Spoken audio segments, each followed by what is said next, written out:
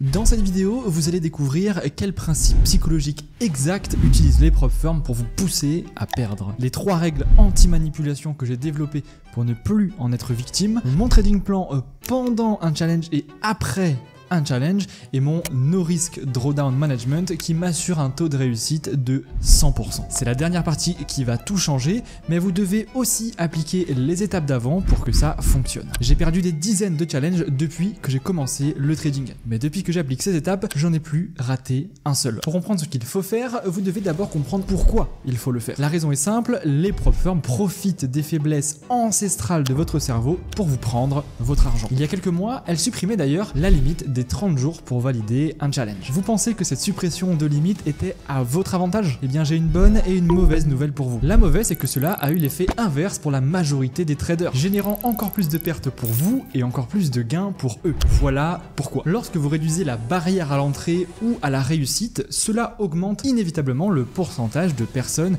qui perdent. Le trader pense que ça va être plus facile, alors il prend plus de risques et au final il échoue plus. MyFoundedFX le disent eux-mêmes sur un de leurs tweets. En mai 2023, cette prop firm offre une promo sur ses challenges, réduisant donc la barrière à l'entrée. Quelques jours après, elle poste ce tweet. Il explique que sur les 2 derniers jours avant le tweet, la moyenne des challenges passés a chuté de 26% pour le challenge en une phase et de 74% pour le challenge en 2 phases. Sur une de leurs réponses à ce même tweet, ils confirment même directement qu'ils sont sûrs à 100% que les promotions et principalement sur les petits comptes encouragent nettement un trading avec des risques accrus. Et je cite, c'est juste la nature humaine. C'est eux-mêmes qui le disent. Autrement dit, ils disent indirectement, on sait qu'en réduisant les barrières à l'entrée, on tire profit de la nature humaine, à prendre de risques inconsidérés et donc à échouer. L'avantage, c'est que eux, au moins, ne s'en cachent pas. Ça, c'est la mauvaise nouvelle. Plus un challenge ou une étape du challenge va paraître simple ou sans valeur, plus vous allez le prendre à la légère et augmenter drastiquement vos risques d'échec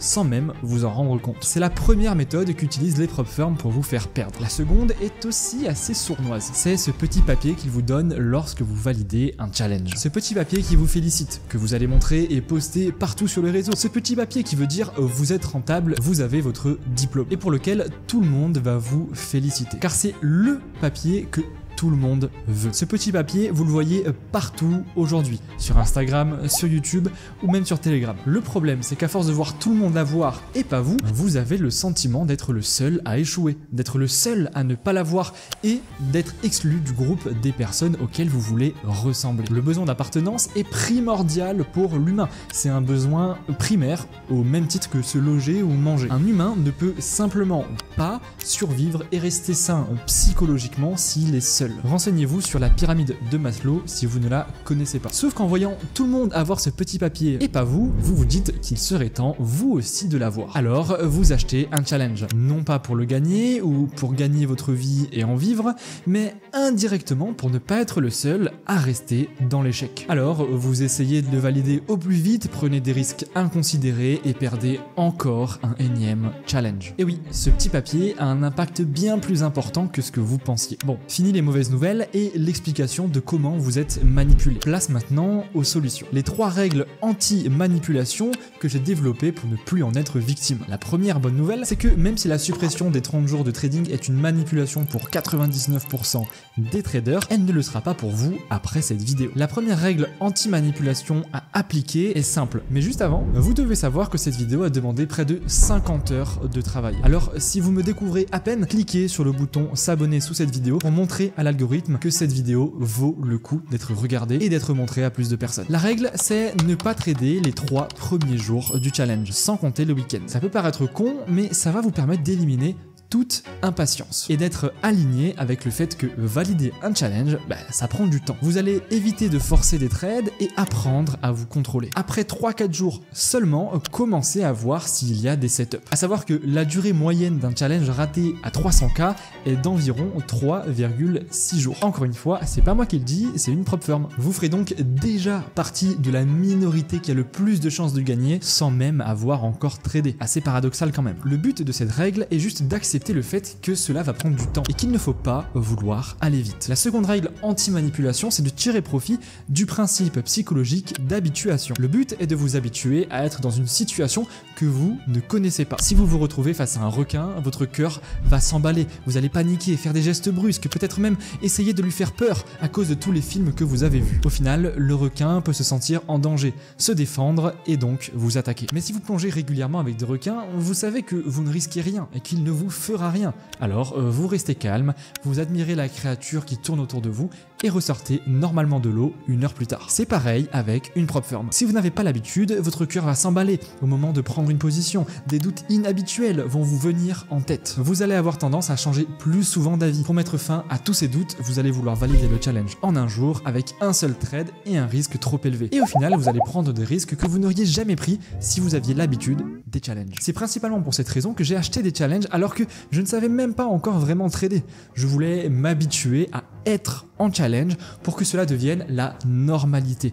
Et aujourd'hui, je vous documente mes challenges sur Telegram et YouTube avec succès. Donc ça a plutôt bien fonctionné. Pour dompter ce principe psychologique, vous devez avoir des données sur lesquelles vous appuyez pendant vos moments de doute. Pour vous rassurer et vous montrer que vous l'avez déjà fait 100 fois avant. Je dirais donc qu'il faut au moins une centaine de trades dans votre journal et surtout avoir validé au moins un challenge démo avant.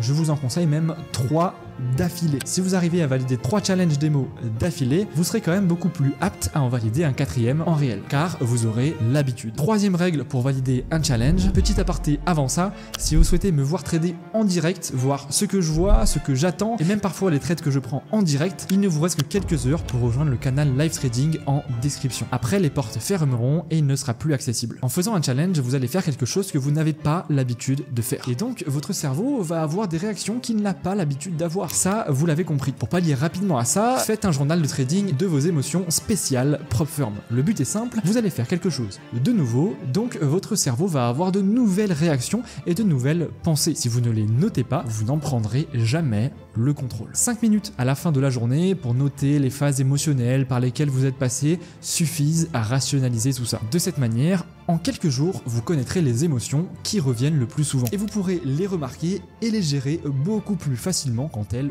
reviendront. Ok, vous avez mes 3 règles pour ne plus subir de manipulation psychologique des prop firms. Si vous les appliquez, vous augmentez déjà drastiquement vos chances de réussite puisque c'est sur ces choses que le business des prop firms est basé. Maintenant, place au risk management. Comment je gère mes gains et mes pertes pendant et après un challenge. Depuis la suppression des 30 jours de trading maximum, vous avez littéralement la possibilité d'avoir 100% de taux de réussite sur vos challenges si vous avez un bon money management et que vous êtes rentable évidemment. Cela va juste demander un peu de patience. Pour garder un compte aujourd'hui, vous avez simplement à ne pas perdre un certain pourcentage du compte, 10% sur FTMO par exemple. Vous devez donc à tout prix protéger le capital en réduisant l'impact des séries de pertes et optimiser les séries de gains. Un money management simple et bien connu que vous voyez partout serait simplement de prendre 1% de risque par trade. Le problème, c'est que votre courbe va ressembler à ça, avec des drawdowns supérieurs à 10% qui vont donc cramer votre compte prop firm. Maintenant, voilà le money management qui vous assure de valider un compte à 100% du temps, avec exactement la même série de trades que sur le précédent exemple,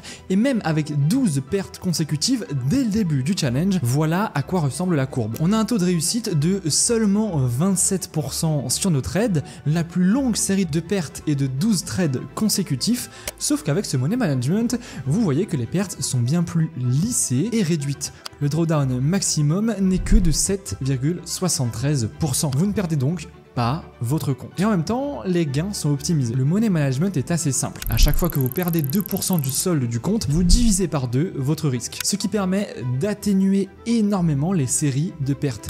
Et à chaque fois que vous refaites 2% du solde initial du compte, vous remultipliez par 2 votre risque. Vous ne pourrez en fait jamais atteindre les 10% de drawdown avec ce money management si vous le rendez encore plus strict. Puisqu'à force de diviser par 2 votre risque, votre cours va de plus en plus s'aplatir au lieu de chuter. De cette manière, vous réduisez l'impact des séries de pertes et augmenter l'impact des séries de gains. Ce money management était inapplicable avant, puisque après une série de pertes, cela peut demander beaucoup de temps pour repasser au palier du dessus. Mais maintenant que vous avez tout le temps que vous voulez, vous pouvez littéralement passer 100% de vos comptes prop firm. C'est la stratégie que j'utilise. Je vous mettrai d'ailleurs ce document téléchargeable sur le Telegram qui fera tous les calculs à votre place. Vous pourrez changer votre risque de base, vos paliers et même le solde initial pour l'adapter à vos Challenge. Il sera disponible 24 heures après la sortie de cette vidéo et si vous la voyez plus tard, remontez simplement le Telegram pour y accéder. Abonnez-vous.